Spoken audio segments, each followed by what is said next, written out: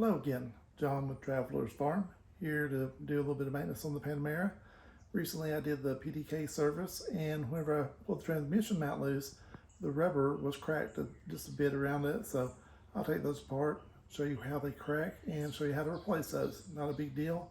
If you do the service or fluid change, you'll be taking them out anyway, so my advice, if you plan on doing either of those, go ahead and get a transmission mount just to be ready to put it in.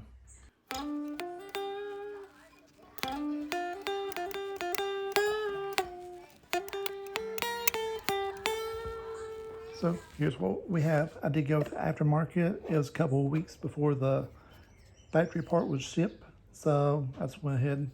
My impatience got the best of me. But many of these parts I've noticed are no different. So I'll see when I pull it out. It does seem that the rubber on mine, could just be my mind playing tricks on me, seemed like the rubber was a little bit thicker, or it could be just due to compression from age. And also got the little rubber bushing that goes in there as well. Best I could tell, mine was in really good condition, but why not go ahead and replace it while I'm in there again. So we'll get the car jacked up and go from there. Under here we have the pan. The black plastic comes off if you do the service. On the back, the silver, if that wasn't there, you could drop the pan without removing the mount. But this mount has to come off. Got those 3 screws underneath you can't see, or 3 bolts. And use a jack stand. I use it on the tail shaft. Some people use it on the plastic pan with a 2x4 across it.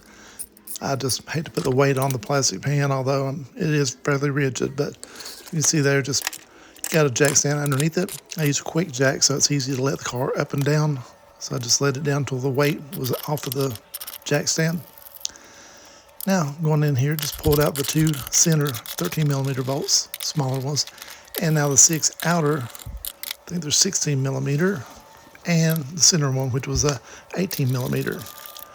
Very straightforward process, not a lot to it. And my mounts, you can see, I think I'll show it right here. They were actually cracked. That's the reason I did it. They did not come apart. I pulled and tugged. I couldn't break it, but they were cracked probably a third of the way through. But at this point, just taking out these last 3 bolts. They're into aluminum, so putting it back, that's the ones I was really cautious of. Just don't want to over torque them, don't want to strip those out, because you strip those bolts, then you're dropping a tranny and doing some work. You can see the difference in the 2 mounts here. Again, like most parts I get, this one was an aftermarket part, and you can see the difference in thickness. I think that's just from compression over the years, but the parts seem identical.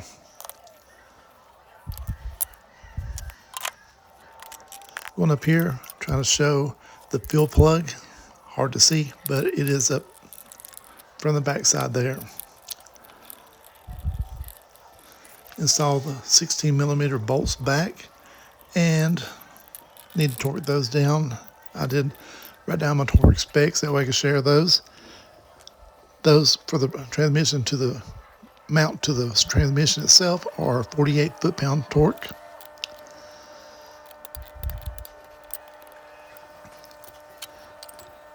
And the rubber sleeve could go on before or after.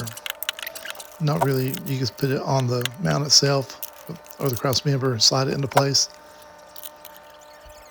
And I put in all the bolts after torquing down the initial 3, put the cross member in and just run the bolts up. Just get those turned in finger tight.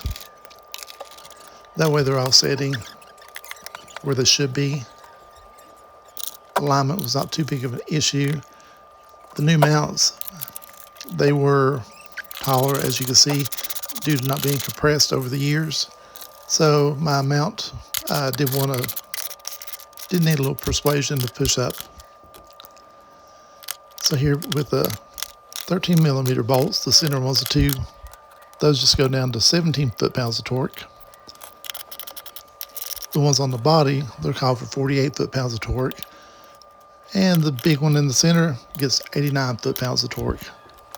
So fairly simple and straightforward.